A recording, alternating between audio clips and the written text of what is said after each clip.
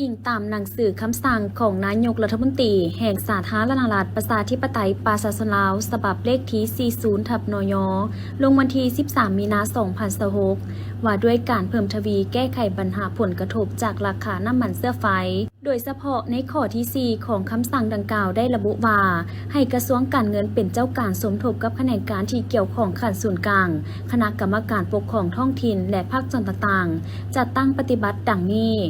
4.1 คนควบปรับปรุงอัตราอากรสมไส้สำหรับพาหนะที่นำไส้น้ำมันเสื้อไฟโดยปรับปรุงเพิ่มอัตราอากรสมไส้ขึ้นตามความเหมาะสมของทุกประเภทพาหนะที่นำไส้น้ำมันเสื้อไฟ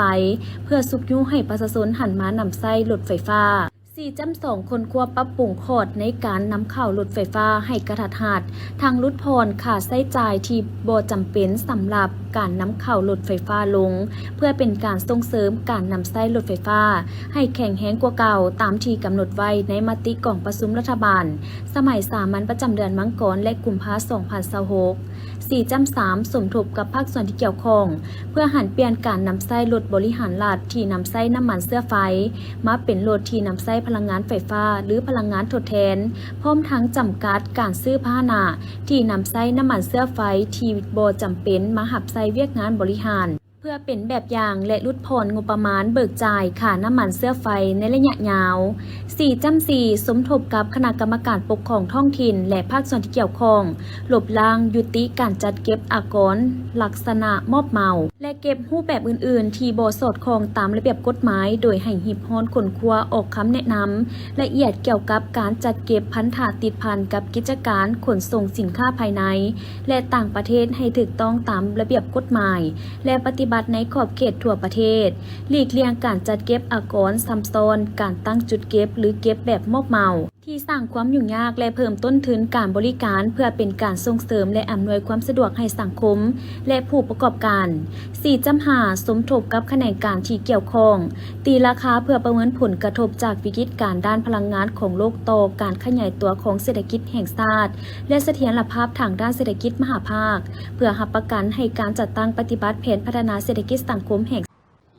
ท่านบัวคงนามวงศ์รัฐมนตรีหัวหน้าห้องว่าการสำนักงานนายกรัฐมนตรีได้กล่าวว่าปัญหาการขัดแย้งในภาคพื้นตะวันออกกลางได้ส่งผลกระทบไปในทั่วโลกรวมทั้งสปป.ลาวสปป.ลาวเฮาแม่นได้รับผลกระทบในด้านน้ำมันเสื้อไฟซึ่งส่งผลกระทบโดยตรงต่อชีวิตการเป็นอยู่ของประชาชนลาวในขอบเขตทั่วประเทศต่อกับปัญหาดังกล่าวพรรคและรัฐบาลได้หีบฮ้อนแก้ไขพร้อมทั้งได้ค้นคว้าปรึกษาหารือกับหลายภาคส่วนที่เกี่ยวข้องโดยเฉพาะได้ค้นคว้าและวางนโยบายต่างๆเป็นต้นลดอากรสมไส้นำใส่บ่วงเงินกองทุนน้ำมันจำนวนหนึ่งเพื่อไปดัดสมราคาน้ำมันบ่ให้สูงขึ้นหลายพร้อมทั้งซอกหาแหล่งซื้อน้ำมันจากหลายประเทศเป็นต้นประเทศไทยสปป.จีนและสส.เวียดนามพร้อมนี้ก็ได้แต่งตั้งคณะเฉพาะกิจในการแก้ไขปัญหาน้ำมันออกคำสั่งเลขที่40/นย.ว่าด้วยการเพิ่มทวีแก้ไขปัญหาผลกระทบจากราคาน้ำมันเสื้อไฟได้ค้นคว้านโยบายด้านการบริหารเวียกงานโดยการพัดเปลี่ยนกันประจำการและเฮ็ดเวียกทางไกลผ่านระบบออนไลน์การกำหนดนโยบายสร้างเศรษฐกิจปรับปรุงชีวิตการเป็นอยู่และอื่นๆให้ถือวิกฤตให้เป็นโอกาสในการสร้างเศรษฐกิจเอกราชเป็นเจ้าตนเองเสื้อสู่จิตใจหักชาติเอกราชเป็นเจ้าตนเองพึ่งตนเองสร้างความเข้มแข็งด้วยตนเองติดพันกับการสร้างพื้นฐานเศรษฐกิจเสื่อมโยงกับเพื่อนมิตรภาคพื้นและสากลในการปฏิบัติภารกิจปกปักรักษาและสร้างสาพัฒนาประเทศชาติพร้อมนั้นท่านยังได้เฮียงห้องตื่มให้เอาใจใส่ติดตามข่าวสารจากแหล่งที่น่าเชื่อถือได้ของทั้งการมีการพิจารณากันกองต่อแหล่งข่าวสารและเนื้อในอย่างถูกต้องสกัดกั้นและแก้ไขบรรดาปรากฏการณ์ย่อท่อต่างๆที่มีผลกระทบต่อความเป็นระเบียบเรียบร้อยและความสงบปลอดภัยในสังคมหลีกเว้นการส่งต่อข้อมูลที่บ่ฮู้แหล่งที่มาซึ่งสร้างความวุ่นวายสับสนให้แก่สังคมท่านจินดาศักดิ์ยศมั่นคงผู้ก่อตั้งและผู้อำนวยการใหญ่บริษัท NTP การค้าน้ำมันเสื้อไฟจำกัดได้ให้สัมภาษณ์ในโอกาสลงให้บริการแก่สังคมว่า จุดประสงค์หลักของการนำใช้บริการน้ำมันเคลื่อนที่ในครั้งนี้แม่นเพื่อกระจายการสนองน้ำมันให้เข้าถึงประชาชนได้อย่างทั่วถึงและทันเวลาลดผ่อนความแออัดและการรอท่าอยู่สถานีน้ำมันพร้อมทั้งอำนวยความสะดวกให้แก่ผู้ใช้พาหนะในการเข้าถึงแหล่งน้ำมันได้อย่างสะดวกยิ่งขึ้นการบริการลดน้ำมันเคลื่อนที่ยังเป็นมาตรการสำรองของการจัดการวิกฤตการขาดแคลนน้ำมันอย่างทันการพิเศษในการให้บริการครั้งนี้ประชาชนสามารถเติมน้ำมันได้แบบบ่จำกัดตามความต้องการเพื่อช่วยลดความกังวลและสร้างความมั่นใจให้แก่ประชาชนอยู่เขตเศรษฐกิจพิเศษบึงทัดหลวงและเดินทัดหลวงในวันที่ 19 มีนาคม 2026โดยเปิดให้บริการแต่เวลา 8:00 น. 58:00 น. หรือจนกว่าจะบ่มีโหลดโดยบ่จำกัดมูลค่าแต่บ่ให้ใส่กระตุกเจ้าข้าพเจ้าจินตศักดิ์ยศมั่นคงผู้ก่อตั้งและอำนวยการใหญ่บริษัท NTP จำกัดเนาะมื้อนี้ก็ได้มาจำหน่ายน้ำมันอยู่ที่บึงทัดหลวงเนาะเพื่อจะช่วยแบ่งเบาให้แต่ละปั๊มในนครหลวงเนาะเพราะพวกเฮาก็ได้สิทธิที่นำจากกระทรวงการค้าและรัฐบาลเพื่อจัดสรรน้ำมันให้ประชาชนให้ทั่วถึงเนาะในผ่านมาก็ย้อนวิกฤตของโลกที่ว่ามีการซักซ่าในการขนส่งและก็หลายปัจจัยเนาะเฮ็ดให้น้ำมันของพวกเฮานะเข้ามาซักซ่าและบ่ทั่วถึงแต่ยังไงก็ตามพวกเฮาคิดว่าการออกมาบริการให้เคลื่อนที่เนาะก็คาดว่าจะช่วยประชาชนได้ส่วนหนึ่งเนาะเฮาจะเริ่มให้บริการแต่ 8:00 น. ฮอด 6:00 น. แลงเนาะหรือว่าจนกว่าสิบ่มีรถพุ่นแหละเนาะก็สิพยายามสุดความสามารถในการสนองในมื้อนี้เนี่ยมีประเภทน้ำมันอยู่2ประเภทก็คือแอสซังและก็ส่วนเนาะแล้วมูลค่านี่บ่จำกัดเนาะแต่ว่าจะบ่อนุญาตให้ใส่ตุกบ่หรือว่าให้ใส่กลับบ้านเนาะเพราะว่าญาติเป็นความเสี่ยงสำหรับความปลอดภัยของพ่อแม่ประชาชนนั่นแหละเนาะแต่ว่าส่วนใส่รถนี่เฮาก็สิสืบต่อใส่ให้ได้ตามเป้าหมายนั่นแหละเนาะโดยแม่นในนามสมาคมและก็ในนามผู้นำเข้าและผู้จัดจำหน่ายก็สิพยายามสุดความสามารถเนาะต่อการสนองน้ำมันให้สังคมให้ทั่วถึงแต่ข้าพเจ้าก็ยังอยากฝากให้ประชาชนสืบต่อตามแจ้งการของสนย.หมายเลข40เนาะให้ประหยัดหรือว่าช่วงนี้ให้เฮ็ดเวียกจากบ้านบ่เพื่อลดพรการสัญจรและลดพรการใช้น้ำมันชั่วคราวเนาะเพราะว่าในใดก็ตามพวกเขาก็ยืนยันว่าน้ำมันนี่พอใช้แต่ว่าอาจจะบ่ได้ตามปกติเนาะเพราะว่าจากประเทศต้นทางที่เฮาซื้อมาก็มีปัญหาเนาะมีปัญหาทั่วกันหมดโลกเนาะฉะนั้นข้าพเจ้าก็ยังอยากให้สืบต่อตามสนย.แจ้งการสนย.หั่นเพื่อให้บรรเทาการสนองไปได้ถึงจุดนึงเนาะแต่ว่ามื้ออื่นเนาะพวกเฮาก็จะสืบต่อแต่ว่าจะสืบต่ออยู่เดินทัดหลวงฉะนั้นแหละสถานที่และรถพวกเฮาก็สิเพิ่มเพื่อได้ส่วยเหลือประชาชนหลายที่จะหลายได้เนาะในมื้ออื่นเจ้าในโอกาสเดียวกันท่านบัวคงนำมาวงรัฐมนตรีหัวหน้าห้องว่าการสำนักงานนายกรัฐมนตรีพร้อมคณะก็ได้ลงพื้นที่และให้สัมภาษณ์ว่าภาครัฐจะสืบต่อประสานงานกับภาคส่วนเกี่ยวข้องเพื่อเพิ่มประสิทธิภาพในการสนองน้ำมันโดยเฉพาะการนำใส่รูปแบบบริการเคลื่อนที่เพื่อแก้ไขปัญหาเฉพาะหน้านอกนี้ยังได้ค้นคว้าระยะยาวซึ่งจะได้ถูกดำเนินงานเพื่อลดผ่อนการใช้น้ำมันและสุกยูให้ประชาชนหันไปนำใช้พลังงานทดแทนเส้นลดไฟฟ้าให้ไหลขึ้นเพื่อสร้างความยืนยงในอนาคตสำหรับอนาคตการปรับปรุงนโยบายนี้จะช่วยให้ประชาชนเข้าถึงพาหนะเสื้อไฟได้หลายขึ้นเป็นการสร้างความสะดวกและความยืนยงอยู่ภายในประเทศก็คือบรรดาท่านได้รับรู้นำกันแล้วว่าจากผลกระทบสภาพตะวันออกกลางอันได้มีผลกระทบทั้งหลายประเทศโดยเฉพาะแม่นปัญหาน้ำมันสำหรับประเทศของพวกเขาก็ได้รับผลกระทบเรื่องปัญหาการขาดแคลนน้ำมันและก็ราคาน้ำมันเพิ่มขึ้นสูงซึ่งปัญหานี้ทางเบื้องพรรครัฐบาลก็ได้เอาใจใส่ในการชี้นำพาและแก้ไขปัญหาดังกล่าวซึ่งทางเบื้องรัฐบาลนี้ก็ได้มีการประชุมหลายครั้งเพื่อค้นคว้า แก้ไขปัญหาดังกล่าวนี้และพร้อมกันนั้นก็ได้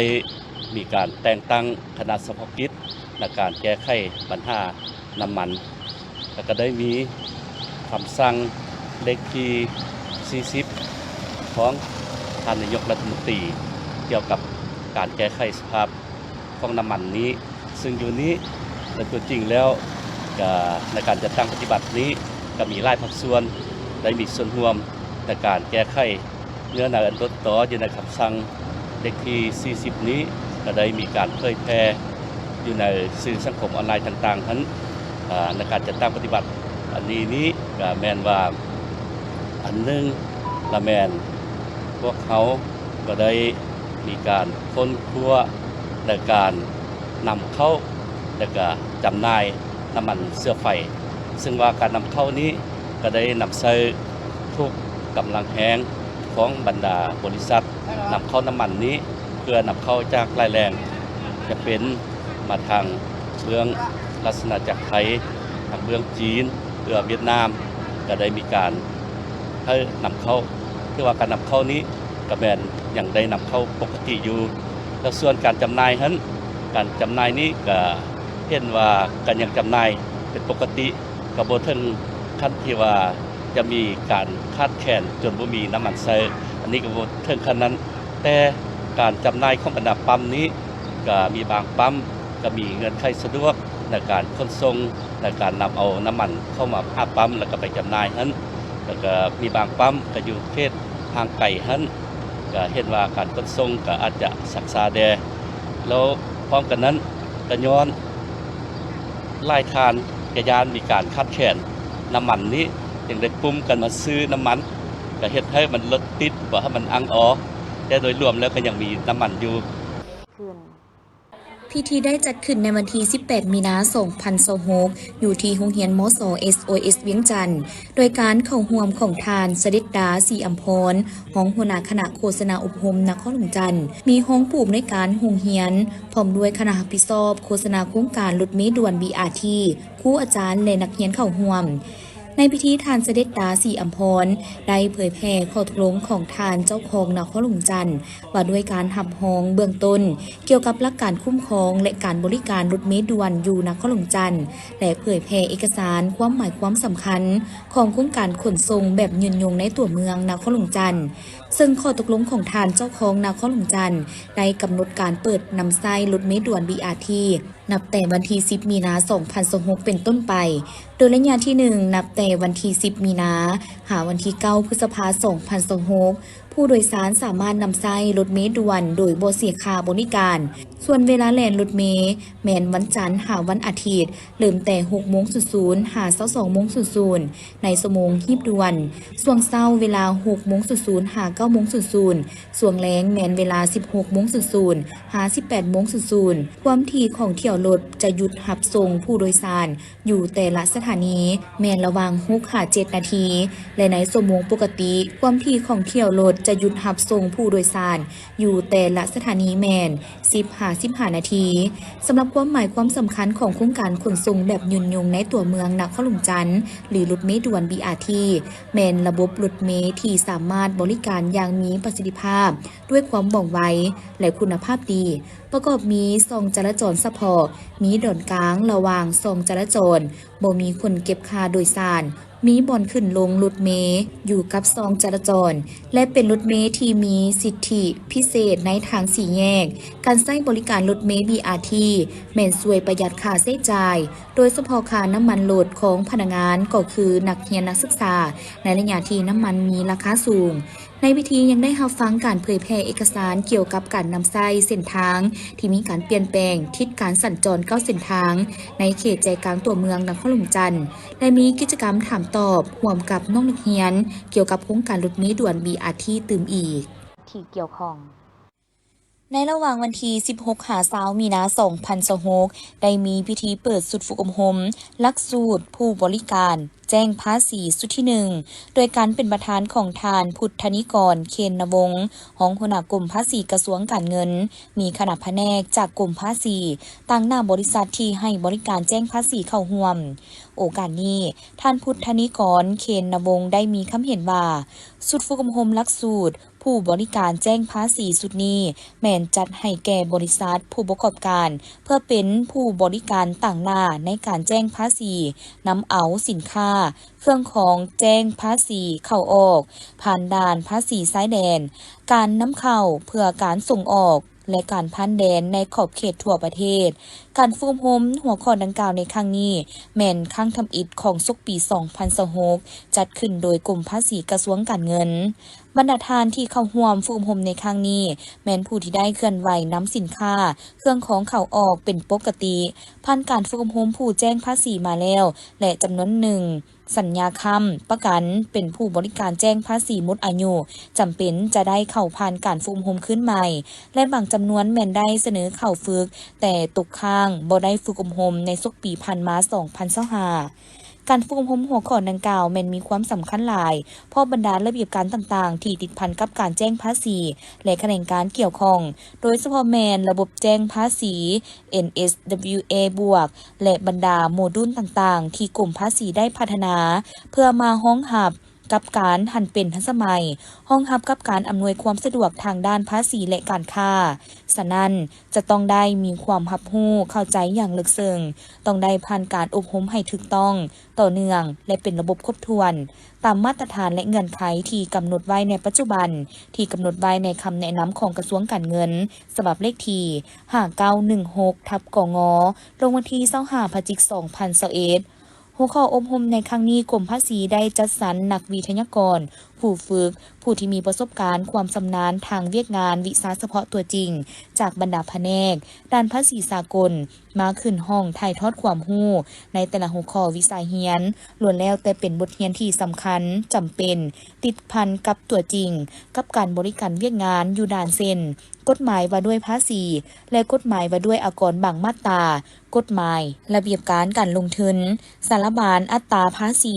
การจัดรหัสสินค้าและหัวข้อการปฏิบัติสัญญาเสรีในกรอบต่างๆที่สปป.ลาวเป็นภาคีสบายดีท่านผู้ชมตอนนี้ข้าพเจ้าก็ได้ขึ้นมาที่รถเมล์ด่วน BRT ซึ่งว่าเพิ่นได้มีการเปิดให้บริการให้ประชาชนนั้นได้ทดลองขี่ฟรีมาได้ระยะหนึ่งแล้วและนี่ก็ถือได้ว่าเป็นอีกหนึ่งทางเลือกที่สำคัญของชาวนครหลวงจันทร์ของพวกเขาซึ่งว่าในระยะนี้พวกเขาก็ได้ประสบพบกับปัญหาการสนองน้ำมันเสื้อไฟและก็ราคาที่ว่ามีการเพิ่มขึ้นสูงและเมื่อนี้พวกเขาจะพาท่านผู้ชมมาทดลองขี่ฟรีว่าการบริการของรถเมล์ด่วน BRT นี้จะมีความสะดวกสบายขึ้นได้ใดๆเฮาไปตามพร้อมกันรถเมล์ด่วน BRT ได้เปิดให้บริการประชาชนมาเป็นเวลาเกือบ2 อาทิตย์นับได้ว่าเป็นรถเมล์สาธารณะไฟฟ้าที่กำลังกลายเป็นทางเลือกใหม่ของชาวนครหลวงโดยเฉพาะในระยะนี้ที่พบกับผลกระทบก็คือปัญหาการสนองน้ำมันเสื้อไฟที่บ่เพียงพอและราคาเพิ่มขึ้นสูงในปัจจุบันซึ่งสอดคล้องกับแนวทางของรัฐบาลที่มีการส่งเสริมให้ประชาชนหันมาสวมใส่รถสาธารณะหลายขึ้นเพื่อเป็นการส่งเสริมการนำใช้ระบบขนส่งสาธารณะและร่วมกันแก้ไขปัญหาการสัญจรที่แออัดในตัวเมืองซึ่งเดี๋ยวนี้ก็แสดงให้เห็นว่าประชาชนเริ่มปรับพฤติกรรมการเดินทางโดยการหันมาใช้รถเมล์ด่วนเพิ่มขึ้นซึ่งทางผู้โดยสารต่างก็เว้าเป็นเสียงเดียวกันว่าการใช้บริการรถเมล์ด่วน BRT ได้ประหยัดค่าใช้จ่ายสะดวกสบายพร้อมทางลดผ่อนปัญหาการสัญจรที่แออัดและที่สำคัญยังได้ร่วมกันสร้างสิ่งแวดล้อมที่ดีอีกด้วยสวัสดีเฮามาใช้บริการนี่อยากเทื่ออะไรรถ3-4 เทื่อแล้วเจ้าแม่นแล้วเปิดมาเฮามาใช้บริการเลยหมดแม่นแล้วเจ้ารู้สึกเลยเฮามาใช้บริการรถเมล์ด่วน BRT รู้สึกสะดวกสบายเจ้าและแอร์ก็เย็นดีโดยสบายขึ้นเป็นบ่แม่นแล้วเจ้าบ่แออัดแม่นแล้วส่วนระยะนี้เป็นเฮาขี่ฟรีเลยบ่สบายแม่นแล้วเจ้าเพิ่นฮอดเดือน5แล้วก็ดีใจว่าเพิ่นมีบริการแบบนี้ครับแซ่บซะสนเจ้าช่วยเหลือสังคมโดยทั้งใช้บริการมีอย่างในที่อยากจะฝากถึงสังคมในการใช้บริการรถอยากให้ประชาชนเฮานำใช้ช่วยเหลือสังคมช่วยกันเจ้าถือว่าเป็นอีกอันนึงในการลดผ่อนรถติดหัวเฮามาใช้แม่นแล้วเจ้าประหยัดน้ำมันเสื้อเพลิงช่วยประเทศชาติคือกันเจ้าช่วยเซฟเงินเฮาเองพร้อมเพราะว่าเห็นว่าบริการนี่เป็นจุดตามจุดต่างๆมันจะประกาศตลอดเลยแม่นแล้วเจ้าทุกๆสถานีเพิ่นจะประกาศทุกเทื่อเลยเจ้าถือว่าสะดวกสำหรับผู้ที่อยู่ต่างแขวงก็ได้แต่ว่าเฮาฮู้จุดลงแล้วเพิ่นบอกตามจุดต่างๆแม่นแล้วเจ้าจะมีเวลาบอกพร้อมเจ้า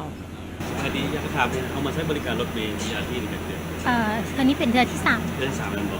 เป็นจังได๋ในเฮาใช้บริการรถ BRT น้องคิดว่ามันก็ไวเพราะว่าทางมันแบบมันไปได้เลยค่ะนะ สะดวกสบายบ่ แม่น ปกติแล้วเฮาเดินทางไปใส่แต่ละมื้อเนี่ยใช้ BRT ๆก็สบายก็แม่นแต่มอซอไปตลาดเช้าเลย เนื่องจากว่าเฮาเรียนอยู่มหาวิทยาลัยกัน แม่น ก็เป็นเส้นทางหนึงที่ว่าเฮาเดินทางเรียนบ่ โดย ตอนบ่มี BRT เฮาสลายเดินทางโดยส่วนตัว ส่วนหลายก็แม่นเดินทางด้วยรถเมล์เขียวอยู่แล้ว ก็มีเกี่ยว โดย แต่ว่ามันใช้ตัวนี้ถือว่าไวขึ้นกว่าเก่า แม่นไวขึ้น ก็น่าจะในบรรยากาศอยู่ในรถรู้สึกว่ามันเย็นสบาย ก็โดยเย็นสบายดี มีอย่างว่าจะฝากถึงแบบหมู่คู่ไปที่ว่ายังบ่ทันได้มาทดลองใช้ BRT สำหรับใครที่อยากมาลองใช้ก็อยากลองให้เปิดใจเบิ่งเพราะมันก็ค่อนข้างสะดวกสบายดีแล้วก็ประหยัดน้ำมันเท่านั้น ก็ถือว่าไวขึ้นหนึ่งวันโอเคขอบใจ เลย เดี๋ยวจะถามเนี่ยเขามาใช้รถบริการรถเมล์ BRT นี่เป็นครั้งที่เท่าไหร่แล้ว ครั้งสมิธ ครั้งที่ เลย เป็นได้ในครั้งที่เขามาใช้ โอ้รู้สึกว่าดีหลายเพราะว่ามันสะดวกสบายย้อนว่ามันมีทุกจุดที่ว่าเขาสามารถลงใส่ก็ได้สินะเขาต้องการไปเรียกอยู่บนใดเขาก็สามารถลงได้ เป็นได้ในบรรยากาศอยู่ใน BRT นี่ โอ้เย็นสบาย คือตอนที่เขาคิดก่อนนะก่อนมาใช้เนี่ย ตอนคิดคือว่าขึ้นยากได้มาใช้มันก็ดีหลายแมน เพราะว่าเขาบ่ได้ใช้แต่เขาบ่ฮู้ว่ามันเป็นได้ แมน เวลาเขาทดลองเปิดใจแล้วมันจะรู้สึกว่าดีขึ้น แมนรู้สึกว่าดี ไวบ่ไวก็ ไว เท่าที่คิดเป็นบ่ แมน มีอย่างจะฝากถึงบ่ใครที่ว่ายังบ่ได้มาทดลองใช้ อยากฝากถึงพ่อแม่ประชาชนของเราเนาะปัจจุบันนี้มันก็คือว่าน้ำมันอะไรเนาะมันหาใช้ยากเลยเขาหันที่ว่ามาใช้รถไฟฟ้าแบบนี้นะมันจะดีกว่าเพราะว่ามันก็สะดวกสบายมันไวเฮ็ดให้เขาทันคือว่าเขาไปเวียกไปการเขาก็ทันคิดว่าทันอยู่ ถ้าว่าพูดถึงขั้นว่าเฮาใช้ไปเวียกก็ได้แต่ว่าตอนบ่ายเวลาเฮาไปกินข้าวกินน้ำเราสามารถใช้ได้ แมนใช้ได้เขาอยากสมมติว่าเขาอยู่ดงโดเขาอยากไปกินข้าวอยู่ตลาดเช้าก็ได้เขาอยากไปกินข้าวอยู่แถวอย่างกับวิวมอลอย่างก็ได้แล้วเขาสามารถกินแล้วเราก็สามารถกลับมาเฮียนได้ ถือว่าเป็นการลดพรค่าใช้จ่าย แมนเป็นการลดพรค่าใช้จ่ายหลาย โดยเข้าใจได้ เจ้าขอบใจหลายๆ BRT บ่เพียงแต่ช่วยประหยัดเวลาและค่าใช้จ่ายเท่านั้น แต่ยังเป็นการเดินทางที่สะดวกสบาย ปลอดภัยและทันสมัย ลดผ่อนมลพิษ และปัญหาจราจร สร้างความเป็นระเบียบเรียบร้อยให้กับตัวเมือง ซึ่งเวลาในการเปิดให้บริการแม้นได้เปิดทุกมือ นับแต่วันจันทร์หาวันอาทิตย์ ตั้งแต่เวลา 6:00 หา 22:00 ชั่วโมงเร่งด่วน 6:00 หา 9:00 และ 16:00 หา 18:00 รถจะมาในทุกๆ 6 หา 7 นาที และชั่วโมงปกติรถจะมาทุกๆ 10 หา 15 นาที สำหรับเส้นทางและจุดจอดของเส้นทางดงโดก หาตลาดเศร้า โดยผ่านทั้งหมด 19 สถานีเส้น ดงโดก บ้านพักซีเกม สร้างคู่สะพังเมือกทาง450 ปี ธนาคารส่งเสริมกสิกรรมภาคข่าว วิวมอโรงเรียน SOS หอพิพิธภัณฑ์ไก่สอนพรหมวิหาร ศูนย์ ICTC พลพะเนาพลเค็ง หอพิพิธภัณฑ์กองทัพพลสะอาด ประตูไซและตลาดเศร้า ในวันที่ 16 มีนาคม 2026 ผ่านมา พระอาจารย์ใหญ่มหาเวทมเสนัย ประธานศูนย์กลางองค์การพุทธศาสนาสัมพันธ์ แห่งสาธารณรัฐประชาธิปไตยประชาชนลาวพร้อมด้วยคณะ ได้เคลื่อนไหวเฮ็ดเวียกอยู่แขวงบ่อแก้ว โดยได้เข้าพบปะการนำของแขวง และเสนอจุดประสงค์ของการมาเฮ็ดเวียกในครั้งนี้ ก็เพื่อเผยแพร่ผลสำเร็จของกองประชุมใหญ่ ผู้แทนพระสงฆ์ทั่วประเทศสมัยที่ 9 ของศูนย์กลางอพส.แห่งสปป.ลาว ให้บรรดาอพส.แขวงบ่อแก้วได้หับฮู้อย่างทั่วถึงซึ่งให้เกียรติต้อนรับพระอาจารย์ใหญ่ที่ห้องหับแขกห้องว่าการแขวงโดยแม่นทานคำเยงคอนไซยกิจห้องเลขาพักแขวงผู้ซี่นำเวียกงานพักพนักงานพร้อมด้วยคณะเข้าร่วมจากนั้นพระอาจารย์ใหญ่มหาเวทมเสนัยพร้อมด้วยคณะได้สืบต่อจัดตั้งการเผยแพร่ผลสำเร็จของกองประชุมใหญ่ผู้แทนพระสงฆ์ทั่วประเทศสมัยที่ 9 ของศูนย์กลางอพส.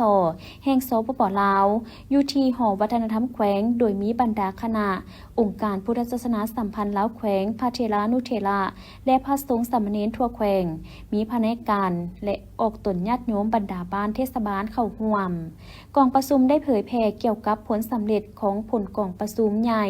ผู้แทนพระสงฆ์ทั่วประเทศสมัยที่9ซึ่งได้รับร้องเอาบรรดาผลงานการเคลื่อนไหวระยะผ่านมาและวิธีการปรับปรุงแก้ไขข้อคงค้างบรรดาทิศทางแผนการในต่อหน้าและรับร้องเอาคณะกรรมการบริหารงานศูนย์กลางองค์การพุทธศาสนาสัมพันธ์แห่งสปป.ลาว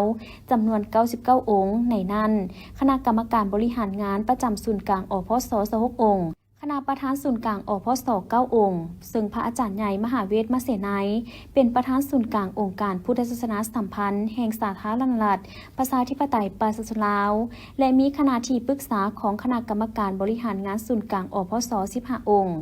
นอกนี้กองประชุมใหญ่ยังได้รับร้องเวียกงานจุดสุ่มและแผนพัฒนาอพส5ปีประกอบมี11เวียกจุดสุ่ม7แผนงาน24โครงการและ58กิจกรรมทั้งหมดนั้นก็เพื่อเฮ็ดให้คณะอพสแขวงพระสงฆ์สามเณรทั่วแขวงและหลายภาคส่วนได้รับรู้เข้าใจมีความเป็นเอกภาพสูงพร้อมกันจัดตั้งพันธุ์ขยายเนื้อในจิตใจดังกล่าวให้บรรลุตามคาดหมายที่หวังไว้โอกาสนี้พระอาจารย์ใหญ่มหาเวทมเสนัยได้มีคำเห็นเน้นนักให้คณะอพสแขวงพระสงฆ์สามเณรจงสืบต่อเอาใจใส่จัดตั้งปฏิบัติมาติกองประชุมใหญ่ของแขวงและศูนย์กลางติดพันกับแนวทางนโยบายให้ถูกต้องสอดคล้องก็คือการนำเอาหลักธรรมคำสอนของพระพุทธเจ้าเผยแพร่ให้สังคมรู้จักบาปบุญคุณโทษเฮ็ดให้ทุกคนเป็นคนดีมีศีลธรรมเพื่อเป็นการต้านและสกัดกั้นปรากฏการณ์ย่อท้อในสังคมให้ลดน้อยถอยลงเทอละก้าวในพระพุทธศาสนาให้หมดไปพร้อมกันปกปักรักษาสร้างสาพัฒนาประเทศชาติบ้านเมืองให้อยู่เย็นเป็นสุขก็คือการสร้างสาพัฒนาพุทธศาสนาได้แจ้งการฉบับดังกล่าวแม่นเห็นดีรับของการผ่อนผันการปฏิบัติบางมาตราของกฎหมายว่าโดยอากรสมใจมาตรา15อัตราอากรสมใจและกฎหมายว่าด้วยภาษีมาตรา178การเปลี่ยนแปลงสารบัญสินค้าและอัตราภาษีคืออัตราอากรสมใจน้ำมันกัดส่วน 0% 51% อัตราอากรสมใจน้ำมันแอสซังธรรมดา 0% 31% อัตราภาษีค่าเข้าและอัตราอากรสมใจสำหรับน้ำมันแอสซังพิเศษและพื้นฐานการคิดไล่ราคานำเข้า CIF อันเดียวกันกับน้ำมันแอสซังธรรมดาและขายในราคาน้ำมันแอสซังธรรมดาเพื่อให้การสนองน้ำมันแอสซังมีเพียงพอสำหรับค่ายอดสารมาร์เกอร์แม่นให้หยุดเสาเก็บสัวขาวกำหนดเวลาการผ่อนผันปฏิบัติบางมาตราของกฎหมายว่าด้วยอากรสมใจและกฎหมายว่าด้วยภาษีดังกล่าวแม่นฮอดวันที่30มิถุนายน2026จากนั้นแม่นให้ประเมินสภาพตัวจริงถ้าหากว่าสภาพราคาน้ำมันเชื้อไฟกลับคืนสู่สภาพปกติให้ปฏิบัติตามกฎหมายและนิติกรรมใต้กฎหมายที่เกี่ยวข้องมอบให้กระทรวงการเงินสมทบกับกระทรวงอุตสาหกรรมและการค้าและภาคส่วนที่เกี่ยวข้องจะตั้งปฏิบัติการผ่อนผันการปฏิบัติบางมาตราดังกล่าวทั้งนี้ก็เพื่อรับมือและรับประกันการสนองน้ำมันเชื้อไฟต่อความต้องการภายในและยับยั้งการเพิ่มขึ้นของราคาน้ำมันเชื้อไฟพร้อมกันนั้นก็ให้คนควรทางเลือกและเจรจาการนำเข้าน้ำมันเชื้อไฟจากประเทศส่งออกน้ำมันเชื้อไฟที่มีเงื่อนไขเป็นต้นประเทศเพื่อนมิตรยุทธศาสตร์และประเทศคู่ร่วมการค้าอื่นๆของสปป.ลาวที่มีเงื่อนไขตามความเหมาะสมสืบต่อคนควรการปรับปรุงโครงสร้างราคาน้ำมันเชื้อไฟที่เห็นว่ายังสามารถตัดออกจากโครงสร้างราคาน้ำมันเชื้อไฟก็ให้ตัดออกเพื่อรับประกันบ่ให้ราคาน้ำมันเชื้อไฟสืบต่อเพิ่มขึ้นสูงคนควรความเป็นไปได้ในการดัดสมราคาน้ำมันเชื้อไฟจากงบประมาณแห่งรัฐโดยรูปการและวิธีการต่างๆตามความสามารถตัวจริงสุขยุส่งเสริมการนำใช้พาหนะที่ใช้พลังงานทดแทนเป็นต้นรถไฟฟ้าและกลจักรที่ใช้ไฟฟ้าทดแทนพาหนะที่นำใช้น้ำมันเชื้อไฟให้หลายขึ้นคนควรนโยบายและมาตรการการลดผ่อนการนำใช้น้ำมันเชื้อไฟในการขนส่งและการเดินทางด้วยการเพิ่มทวีการสื่อสารทางออนไลน์และการปฏิบัติหน้าที่ยุทธสถานที่เฮ็ดเวียกตามเงื่อนไขและความเหมาะสมที่ตามสภาพการสนองการเน่งติงของราคาน้ำมันเชื้อไฟอยู่ตลาดโลกและความต้องการน้ำมันเชื้อไฟอยู่ภายในประเทศเพื่อเกี่ยมพร้อมมาตรการรับมือและแก้ไขอย่างทันการคนครัวและการเกี่ยมความพร้อมมาตรการรับมือและแก้ไขของแขนงการที่เกี่ยวข้องต่างๆต่อผลกระทบจากสภาพการขาดแคลนและการเพิ่มขึ้นของราคาน้ำมันเชื้อไฟที่จะกระทบต่อราคาสินค้าอื่นๆก็คือการเพิ่มขึ้นของอัตราเงินเฟ้อ ในวันที่ 17 มีนาคม 2026 ที่ห้องประชุมห้องการสาธารณสุขเมืองบุญเหนือแผนกสาธารณสุขแขวงพงสาลีได้ลงเคลื่อนไหวเผยแพร่กฎหมายแผนพัฒนาและควบคุมเสื้อ HIV พยาธิเอดส์ให้เมืองบุญเหนือโดยการเป็นประธานและกล่าวเปิดของทานบุญเพชรตันสุพรรณห้องหัวหน้าแผนกสาธารณสุขแขวงเข้าร่วมรับฟังมีทานไสลังคำผาสุขห้องประธานคณะกรรมการปกครองเมืองผู้ชี้นำโครงเขตวัฒนธรรมสังคมขันเมืองมีทานสุริพรกิตติวงศ์หัวหน้าแขนงควบคุมพยาธิติดต่อแผนกสาธารณสุขแขวงมีบรรดาหัวหน้าห้องการพนักงานวิชาการและภาคส่วนที่เกี่ยวข้องเข้าร่วมในกล่องประชุมผู้เข้าร่วมได้รับฟังการเสนอภาพการกันและควบคุมการติดต่อเสื้อ HIV และพยาธิเอดส์และพยาธิติดต่อทางเพศสัมพันธ์ซึ่งมาฮอดปัจจุบันแขวงพงสาลีมีผู้ติดเสื้อ HIV พยาธิเอดส์รวม 49 กรณีจากนั้นได้เผยแพร่กฎหมายว่าด้วยการกันและควบคุมเสื้อ HIV พยาธิเอดส์ฉบับปรับปรุงปี 2025ซึ่งกฎหมายดังกล่าวมี 11 หมวด 69 มาตรา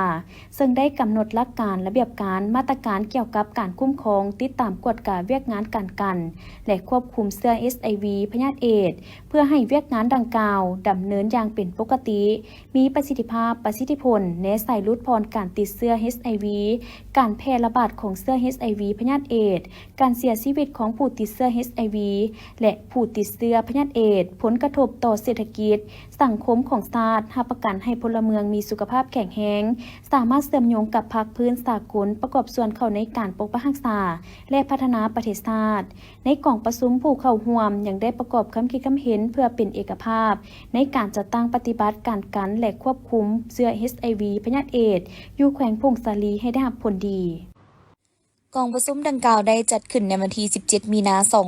2026 ที่สโมสรแขวงโดยการเป็นประธานของทานประเดิมพรสนธนีประธานคณะกรรมการปกครองแขวงสารวันมีหัวหน้าห้องหัวหน้าแผนกการองค์การเทียบเท่าประธานคณะกรรมการปกครองเมือง8เมืองนักธุรกิจและภาคส่วนที่เกี่ยวข้องอ้อมข้างแขวงเข้าร่วมท่านจันเพ็งสายธรรมวงศ์หัวหน้าห้องว่าการแขวงได้ตีราคาคืนผลสำเร็จในการจัดตั้งปฏิบัติเวียกงานในระยะ1 เดือนผ่านมาที่ได้เอกภาพคนครัววางแผนปฏิบัติ9เวียกหลักในนี้สามารถปฏิบัติแล้ว3เวียกเป็นต้นแม่นได้สำเร็จแต่งตั้งคณะรับผิดชอบจัดตั้งปฏิบัติการสร้างเศรษฐกิจเอกราชเป็นเจ้าตนเองขั้นแขวงปรับปรุงกลไกระบบการเฮ็ดเวียกให้มีความเข้มแข็งเฮ็ดเวียกเต็มพลบทบาทเพื่อเป็นที่ปรึกษาให้นักธุรกิจและเป็นผู้ปกป้องนักธุรกิจภายในแขวงเอาใจใส่คุ้มครองเวียกงานการท่องเที่ยวตอบรับความต้องการของสังคมโดยได้จัดเลี้ยงบุรีมัสยิดในการพัฒนาแต่ละจุดเพื่อดึงดูดนักท่องเที่ยวเข้ามาแขวงให้หลายขึ้นปัจจุบันเอาใจใส่ติดตามสถานที่แหล่งท่องเที่ยวต่างๆในทั่วแขวงเพื่อห้องห้ำให้แก่การเฉลิมฉลองงานบุญปีใหม่ลาวปี 2026และเวียกจะสืบต่อปฏิบัติ6เวียกเพื่อทดทอนบทเรียนเกี่ยวกับสภาพการลงทุนข้อสะดวกยุ่งยากและวางทิศทางสมทบกับบรรดาเมืองวางแผนการพัฒนาแหล่งท่องเที่ยวของเมืองอย่างน้อยเมืองหนึ่งต้องมี1-2สถานที่ท่องเที่ยวเพื่อเก็บกำข้อมูลแล้วส่งให้ห้องการคณะกรรมการส่งเสริมและคุ้มครองการลงทุนแขวงเพื่อโฆษณาดึงดูดนักลงทุนมาพัฒนาเก็บกำข้อมูลคาดคะเนตัวเลขแห่งงานที่ไปเฮ็ดเวียกอยู่ต่างประเทศตัวเลขตำรวจทหารที่ประจำค่ายต่างๆเข้าตื่มในตัวเลขสำรวจพลเมืองครั้งที่5ของแขวงนอกนั้นแผนเวียกจุซุมเดือนมีนา 2026ประชุมประจำเดือนเส้นเวียกคุ้มครองการส่งออกมันต้นดีบการขนส่งสินค้าเข้าออกผ่านท่าแก้งของหลวงเวียกซักยายอดยาสุกยูการจัดตั้งปฏิบัติแผนพัฒนาเศรษฐกิจสังคมและแผนงบประมาณงวดที่1ประจำปี 2026ทางได้สมทบกับเมืองละครเพ็ง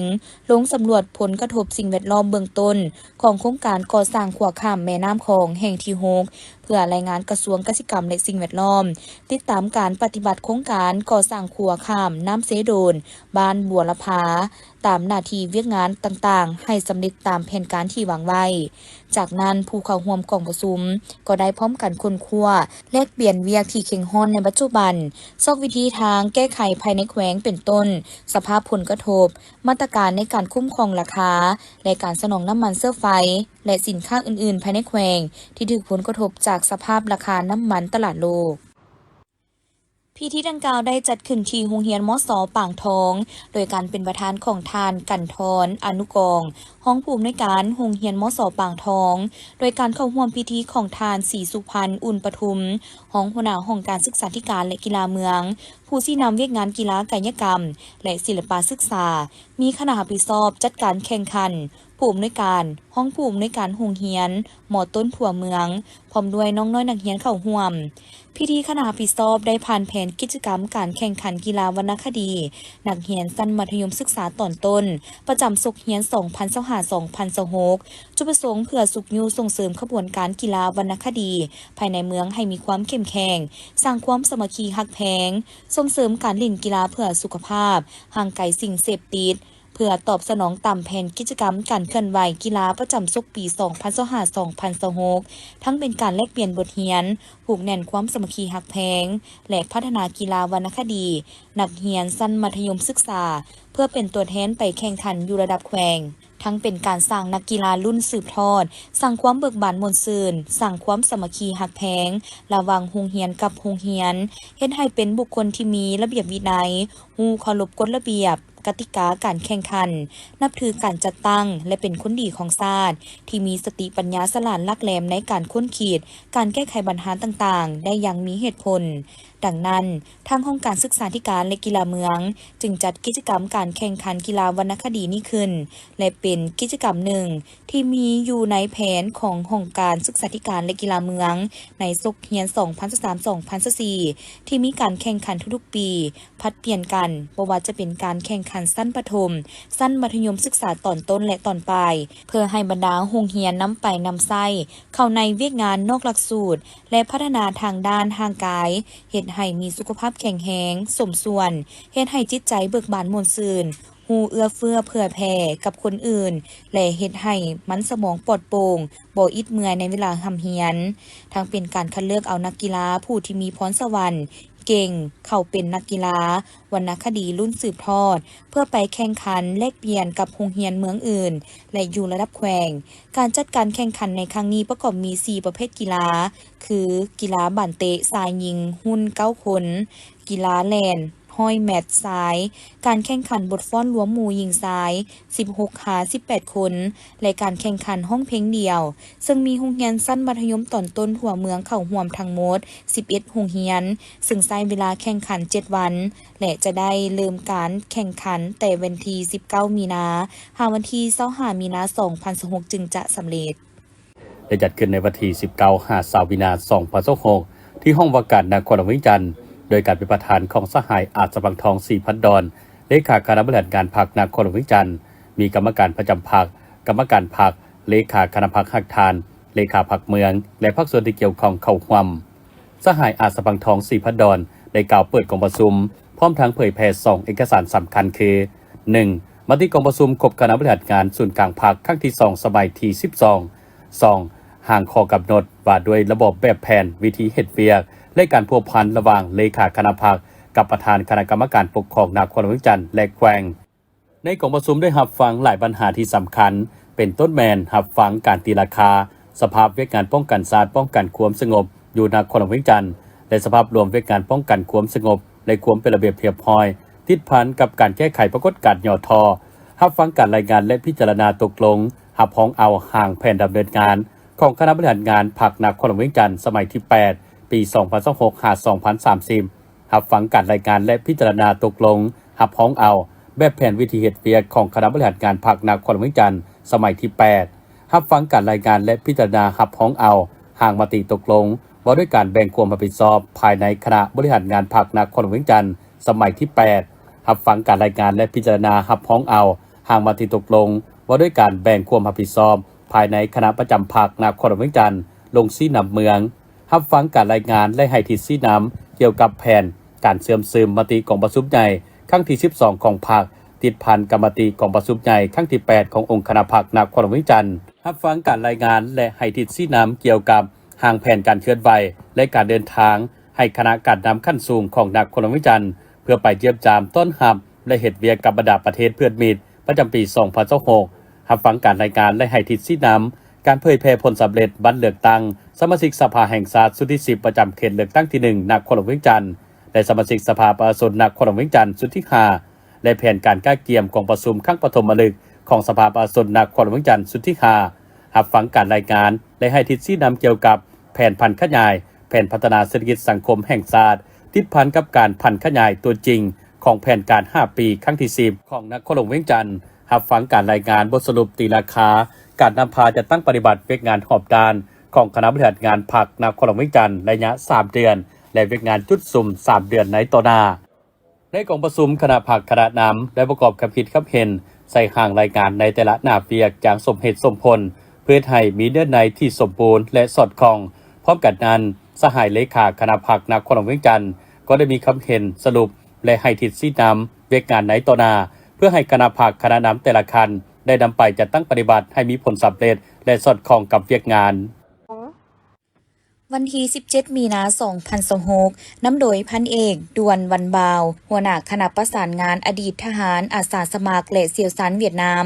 จากนครไฮฟอง พร้อมด้วยคณะได้เข้าแสดงความเคารพต่อรูปปั้นประธานสุพรรณวงศ์โดยการผ่าทางของพันเอกคมมาเดชขุนพองรองประธานสหพันธ์นักรบเก่าแขวงขมวนโอกาสนี้คณะประสานงานอดีตทหารอาสาสมัครและเสี่ยวซานเวียดนามจากนครไฮฟองก็ได้นำเอากระตาดอกไม้และปักธูปเพื่อสักการะบูชาต่อหน้ารูปปั้นของประธานสุพรรณวงศ์และนักรบวีรชนของชาติลาวเฮาเพื่อแสดงความเคารพหักและกตัญญูฮู้บุญคุณต่อประธานซึ่งเป็นผู้นำที่ดีเด่นและเป็นที่เคารพหักของพรรคราษฎรและปวงชนลาวทั้งชาติในทั่วภาคทั่วกองทัพและทั่วปวงชนสองชาติลาวเวียดนามลาวต่างก็รับรู้ดีว่าประธานสุพรรณวงศ์เป็นปัญญาชนผู้ยิ่งใหญ่เป็นเสื้อเจ้าองค์หนึ่งที่มีน้ำใจรักชาติอันดุดดื่มเป็นผู้ที่เสริมขยายหมู่เสื้อสายผัวพันสองชาติลาวเวียดนามที่ยิ่งใหญ่บนพื้นฐานการร่วมมือแบบพิเศษเป็นบุรุษลาวหุ้นทำอิฐที่ได้เอาชีวิตของตนผูกพันกับการปฏิบัติตลอดมาประธานเป็นผู้นำที่มีความจงรักภักดีต่ออุดมการณ์ของสังคมนิยมอย่างแท้จริงเป็นนักต่อสู้ที่เคียงบ่าเคียงไหล่กับประชาชนเพื่อความเป็นเอกราชอำนาจอธิปไตยและความวัฒนถาวรของสองชาติลาวเวียดนามลาวประธานสุพรรณวงศ์เป็นผู้นำพาบรรษาโดยกงในบ้านโหบป้องกันตัวเมืองท่าแขกในครั้งวันที่21 มีนาคม 1946 ซึ่งปีนี้แม่นครบรอบ80 ปี โดยการมาเคลื่อนไหวเยี่ยมยามและเฮ็ดเวียกอยู่แขวงคำมวนของคณะดังกล่าวในครั้งนี้แม่นอยู่ในโอกาสการห่างหากะเกียมจัดงานเฉลิมฉลองหินน้ำนอเป็นมรดกโลกแห่งทำอิฐของสปป.ลาวติดพันกับงานจารึกเหตุการณ์บั้นโฮบป้องกันตัวเมืองท่าแขกที่ได้จัดขึ้นในระหว่างวันที่ 19-21 มีนาคม 2026 นี้พิธีดังกล่าวได้จัดขึ้นในวันที่ 18 มีนาคม 2026 โดยการนำพาของทานอนงค์ อินทะวงศ์หัวหน้าแขนงขนส่งแผนกโยธาธิการและขนส่งแขวงเวียงจันทร์มีบรรดาแผนกการที่เกี่ยวข้องขันแขวงอำนวยการโรงเรียนครัวจานพร้อมด้วยนักเรียนทั้ง2โรงเรียนเข้าร่วมท่านอนงค์ อินทวงศ์ได้กล่าวว่าจุดประสงค์ของการลงโฆษณาเผยแพร่ปลูกจิตสำนึกด้านความปลอดภัยทางหลวงครั้งนี้ก็เพื่อเผยแพร่โฆษณาปลูกจิตสำนึกเกี่ยวกับความปลอดภัยตามทางหลวงให้แก่สาวหนุ่มวัยหนุ่มและประชาชนในขอบเขตทั่วแขวงเวียงจันทร์ให้รับรู้และเข้าใจเกี่ยวกับกฎระเบียบของการสัญจรตามท้องถนนรับรู้และเข้าใจความหมายความสำคัญและการนำไส้ป้ายสัญญาณและผู้จักประเมินผู้ประสบภัยหรือขอให้และให้การช่วยเหลือชีวิตขั้นพื้นฐานทั้งเป็นการลดผ่อนอุบัติเหตุตามท้องถนนให้ลดน้อยถอยลงเทื่อละก้าวการลงโฆษณาเผยแพร่ปลูกจิตสำนึกด้านความปลอดภัยทางหลวงในขอบเขตแขวงเวียงจันทร์ในครั้งนี้บรรดาแผนกการเกี่ยวข้องกันแขวงก็ได้พัดเปลี่ยนการคืนเผยแพร่บรรดาเอกสารที่นำมาโฆษณาเผยแพร่ประกอบมีการจัดตั้งปฏิบัติเวียกงานกฎการบังคับใช้กฎหมายและระเบียบการเกี่ยวกับการจราจรเอกสารการนำใช้ป้ายสัญญาณและสารบานกฎระเบียบของสมาชิกสาวหนุ่มปฏิบัติลาวการประเมินคนเจ็บและการช่วยเหลือชีวิตขั้นพื้นฐานซึ่งนำเสนอโดยนักสมนกรผู้มีประสบการณ์จากแผนกโยธาธิการและขนส่งแขวงแผนกจราจรปกส.แขวงคณะบริหารงานสาวหนุ่มปฏิบัติลาวแขวงและหน่วยงานกู้ภัยองค์การกระแดงแขวงเวียงจันทร์ ในตอนท้ายยังได้มีการเล่นกิจกรรมให้นักเรียนของทั้งสองโรงเรียนมีส่วนร่วมคือการถามตอบเกี่ยวกับกฎระเบียบจราจรการนำใส่ป้ายสัญญาณป้ายเตือนป้ายห้ามข้อกำหนดต่างๆเพื่อรับรางวัลจากคณะที่ลงมาโฆษณาพิธีจัดขึ้นในวันที่ 17 มีนาคม 2026 ที่ห้องว่าการแขวงขมวน ในโอกาสดังกล่าวบรรดาบริษัทและหัวหน่วยธุรกิจหลายภาคส่วนได้พร้อมใจกันประกอบส่วนมอบเงินเพื่อสนับสนุนให้แก่การจัดงานดังกล่าวซึ่งจะได้จัดขึ้นในระหว่างวันที่ 17-21 มีนาคม 2026 ที่เมืองท่าแขกทั้งแสดงให้เห็นถึงน้ำใจและความร่วมมือของภาคธุรกิจต่อแขวงขมวนสำหรับบริษัทและหัวหน่วยธุรกิจที่ได้ประกอบส่วนประกอบมีบริษัท PPST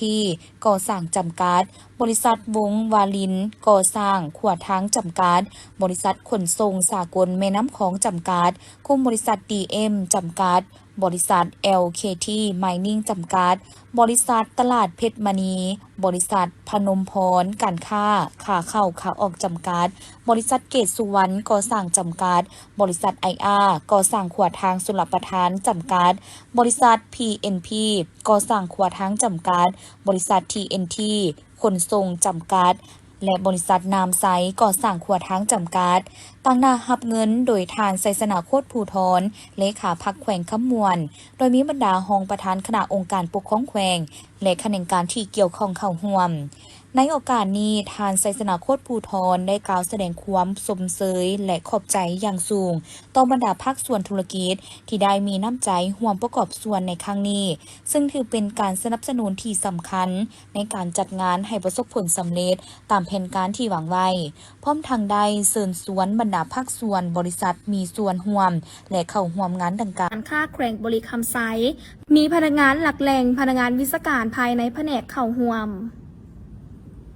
ฐานคอนสวรรค์สุขเสริมได้ยกให้เห็นขบวนการปฏิวัติแห่งการกำเนิด 71 ปี แห่งการนำพาซี่น้ำของพรรคประชาชนลาวในแต่ละระยะผ่านมา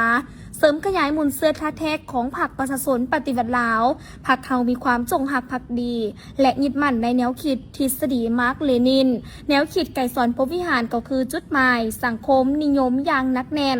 เวลาใดก็ถือสำคัญการเสริมขยายความสามัคคีเป็นเอกภาพบนพื้นฐานแนวทางแผนนโยบายของพรรคเอาใจใส่บำรุงสร้างทันแถวสมาชิกพรรคให้มีความเป็นแบบอย่างนำหน้าเป็นกำลังแหงสู่หบในทุกโครงเขตเวียกงานทั้งอยู่ขั้นส่วนกลางและท้องถิ่นหากทานถือความสามารถเป็นสิ่งสำคัญและถือคุณธาตุการเมืองคุณสมบัติสิ่งทำปฏิบัติเป็นสิ่งตัดสินในการเลือกเฟ้นและนำไส้พนักงานพร้อมนั้นยังยกให้เห็นความหมายความสำคัญของบ้านหบป้องกันตัวเมืองท่าแขกซึ่งเป็นบ้านหบหนึ่งสำคัญที่สุดอยู่ในลาวมันบ่เพียงแต่วันเครียดแค้นของประชาชนลาวเท่านั้นแต่มันยังแสดงให้เห็นความสามัคคีต่อสู้ด้วยเลือดเนื้อเป็นตายน้ำกันระหว่างสองชาติลาวเวียดนามไอ้น้องที่เป็นแว่นแยงอันเลื่อมใสของน้ำใจสู่หบอย่างพิละอาจหารบ่ยอมจำนนของกองทัพและประชาชนเมืองท่าแขกก็คือการบันซาที่เด็ดเดียวเหนียวแน่นของประธานสุพรรณวงศ์เป็นผู้น้ำหน้าได้ฝังเลิกอยู่ในดวงใจของประชาชนลาวและสาวเวียดนามต่างดาวที่หักซาดตัวกันละนั้นก็คือวันนักโหบเสี่ยวองคาและเสียสละชีวิตเพื่อประเทศชาติครบรอบ 80 ปี ปัจจุบันแมนเป็นระยะต้นของมติกองประชุมใหญ่ขององค์คณะพรรคแขวงบริคำไซครั้งที่ 8 ผลสำเร็จในการปกปักรักษาและพัฒนาแขวงบริคำไซตลอดระยะ 42 ปีผ่านมาเห็นว่ายังสืบต่อมีเสถียรภาพทางด้านการเมือง